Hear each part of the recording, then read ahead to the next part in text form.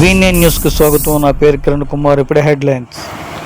The Visakhapatnam cooperative bank limited Akkipalem branch సభ్యుల మహాసభ ఈరోజు జరిగింది. మనందరికీ సమానంగా చూసారా, నో రివిజన్, ఎవరికైనా షేర్ క్యాపిటల్ 2 లక్షల రూపాయలే. అంటే ఈ లాభాల యొక్క పంపకం కూడా అందరికీ సమానంగా ఉండాలి. 458 ఎన్పిఏ. చంద్రశేఖర్ గారు మొహమాటం లేకుండా చెప్పారు, 35 కోట్లు ఒకటే మనిషి 7 అకౌంట్లు. ఈ రోజు కాదు, అప్పు కావాల్సి వస్తే ఈ బ్యాంకులో తీసుకోండి. బంగారంలోనైనా మార్కెట్లోనైనా సురక్షితం. 3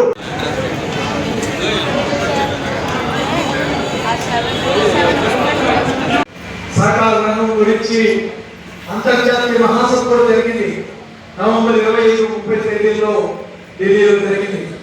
మొదటిసారి దేశంలో జరిగింది. ఆ లక్ష్యాల్ని మన సంస్థ, సామాన్య ప్రజలు లక్ష్యంగా మన సంస్థని మనం ముందుకు తీసుకెళ్తా ఉన్నాం. ఆ లక్ష్యాలను ముందుకు తీసుకెళ్ళడానికి మీ అందరి యొక్క సహకారం భవిష్యత్తులో ఉండగలదని, మన ఐక్యతని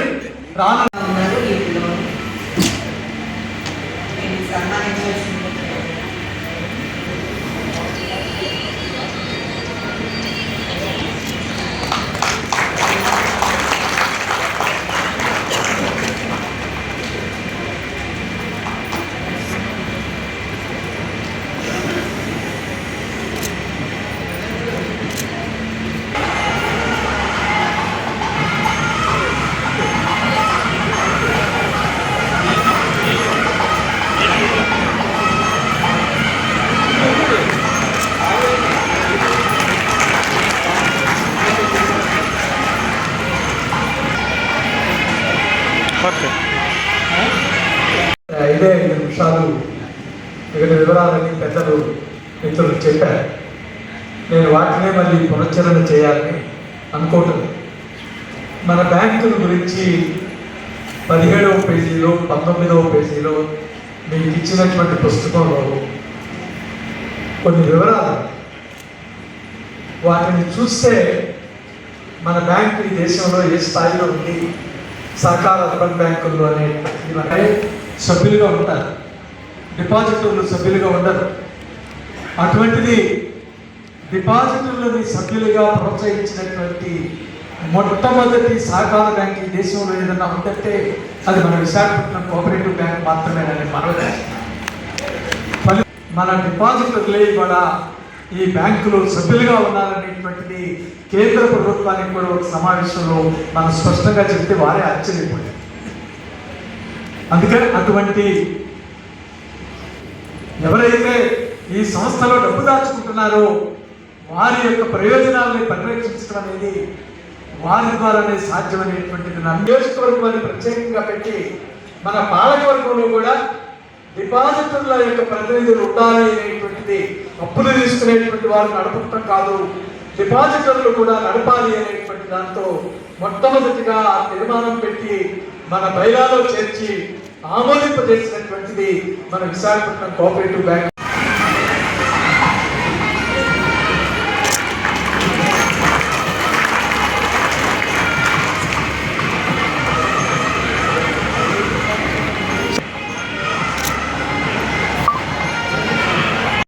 కోఆపరేటివ్ బ్యాంకు 110 సంవత్సరాలుగా విశాఖపట్నం కేంద్రంగా కార్యకలాపాలు నిర్వహిస్తున్న సంగతి ఈ ప్రాంత ప్రజలందరికీ తెలుసు.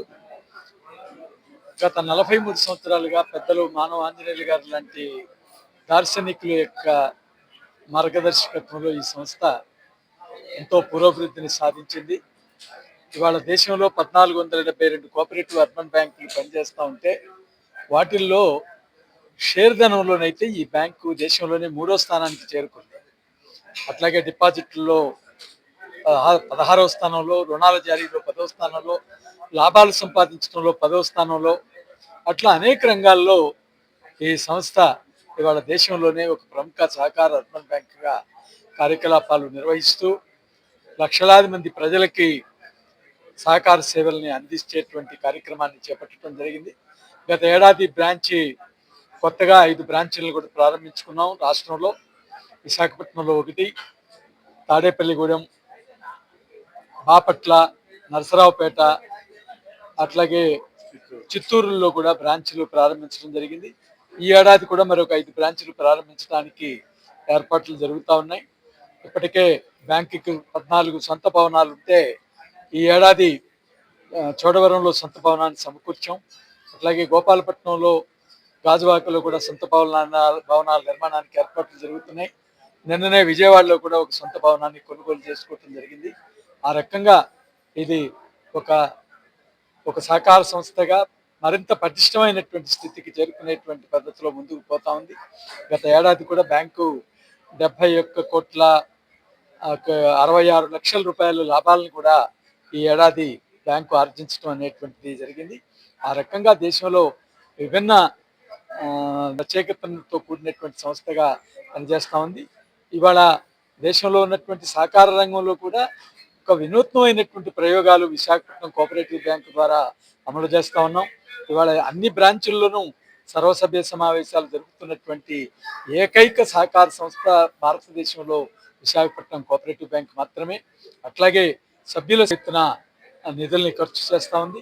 గత ఏడాది కూడా 6 కోట్ల రూపాయలు సుమారుగా ఈ బ్యాంకు యొక్క సభ్యులకి విభిన్న సంక్షేమ పథకాల ద్వారా ఖర్చు పెట్టాం. 39 కోట్ల రూపాయలు డివిడెండ్ రూపంలో కూడా బ్యాంకు చెల్లించింది. ఆ రకంగా ఇది సభ్యుల యొక్క ప్రయోజనాలు, సమాజం యొక్క ప్రయోజనాల కోసం ఉంది. దీన్ని మరింత పటిష్టం చేయడానికి దీనికి మద్దతు ఇవ్వవలసిందిగా ఈ ప్రాంత ప్రజలందరికీ కూడా మీ ద్వారా విజ్ఞప్తి చేస్తాం. ఈ సంవత్సరం విశాఖపట్నం కోఆపరేటివ్ బ్యాంక్ 110వ మహాసభని జరుపుకునే ముందు జూన్ 8వ తారీఖున ఏర్పాటు చేశారు. దానికి ముందుగా 55 బ్రాంచ్ల్లో కూడా ప్రతి బ్రాంచ్కి మహాసభ నిర్వహించే కార్యక్రమంలో ఈ రోజుకి 45 బ్రాంచ్ల యొక్క మహాసభలు పూర్తయ్యాయి. ఈ రోజు ఇక్కడ అక్కైపాలెంలో 41వ మహాసభని ఈ బ్రాంచ్కి సంబంధించి జరుపుకున్నాం. దీనికి దిగ్విజయంగా జరిగింది. దీనికి 3,000 మంది, సుమారుగా 2,500 మంది సభ్యులు హాజరయ్యారు. ఈ కార్యక్రమంలో చైర్మన్ గారు, ఇతర బ్యాంక్ డైరెక్టర్లు, తర్వాత బ్రాంచ్కి సంబంధించిన డైరెక్టర్లు వీరందరూ కూడా బ్యాంక్ కార్యకలాపాల గురించి, అలాగే జోనల్ మేనేజర్ గారు, సిఇఓ గారు బ్యాంకు ఈ 24-25 సంవత్సరం జరిపిన కార్యకలాపాల గురించి, వాటి విశ్లేషణ గురించి అందరికి వివరించారు. సభ్యులు కూడా వీటిలో పాల్గొని వారి యొక్క సలహాలు, సూచనలు బ్యాంక్ ఇవ్వడం జరిగింది. సో ఈ రకంగా విశాఖపట్నం కోఆపరేటివ్ బ్యాంక్ ప్రతి బ్రాంచ్లోనూ ఈ కన్సల్టేటివ్ కమిటీలు స్థాపించి ఆ కమిటీల ద్వారా బ్యాంక్ యొక్క కార్యకలాపాలని పూర్తిగా సభ్యులందరికీ చేర్చాలనే ఉద్దేశంతో నిర్వహిస్తుంది. దీనిలో ప్రతి ఒక్క బ్రాంచ్ మహాజనసభలోనూ కూడా ఆ బ్రాంచ్కి సంబంధించిన సీనియర్ మెంబర్లందరికీ కూడా సన్మానం అది జరిపి అక్కడ కన్సల్టేటివ్ కమిటీలు ఫామ్ చేసి వీటిని సభ్యులందరూ కూడా వీటిల్లో పాల్గొనేలాగా మేనేజ్మెంట్ వారు చర్యలు తీసుకుంటున్నారు. ఈ 8వ తారీఖున ఫైనల్గా జనరల్ బాడీ అనేది కాకతీయ దీనిలో జరుగుతుంది.